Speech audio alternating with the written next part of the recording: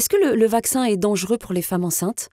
Malheureusement, il circule sur les réseaux sociaux toutes sortes d'informations inexactes, absolument fondées sur aucune publication scientifique, qui laisseraient penser que se vacciner pour une femme enceinte en particulier, pourrait être dangereux pour elle-même. Et puis évidemment, l'allusion, c'est le fœtus, parce qu'on se dit l'ARN va modifier le génome des cellules et entraîner des malformations ou quoi que ce soit chez le fœtus.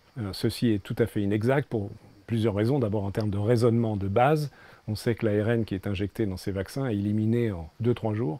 Donc il ne persiste pas, il ne veut pas s'intégrer, s'associer au chromosome, au génome des cellules. D'autre part, à nouveau, l'expérience accumulée, d'abord d'ailleurs dans des modèles animaux, ont montré que les animaux, lors de grossesse, n'avaient aucun souci ni pour la femelle gestante, ni pour les petits nouveau-nés. Ensuite, donc, l'expérience accumulée au cours des derniers mois, à nouveau, chez des femmes qui ont été vaccinées de par le monde, il y a une étude scientifique, par exemple, de plus de 30 000 femmes qui montre qu'il n'y a aucun effet secondaire autre que les petites réactions immédiates, avoir une douleur au point de piqûre, ce genre de choses, éventuellement un petit peu de fatigue.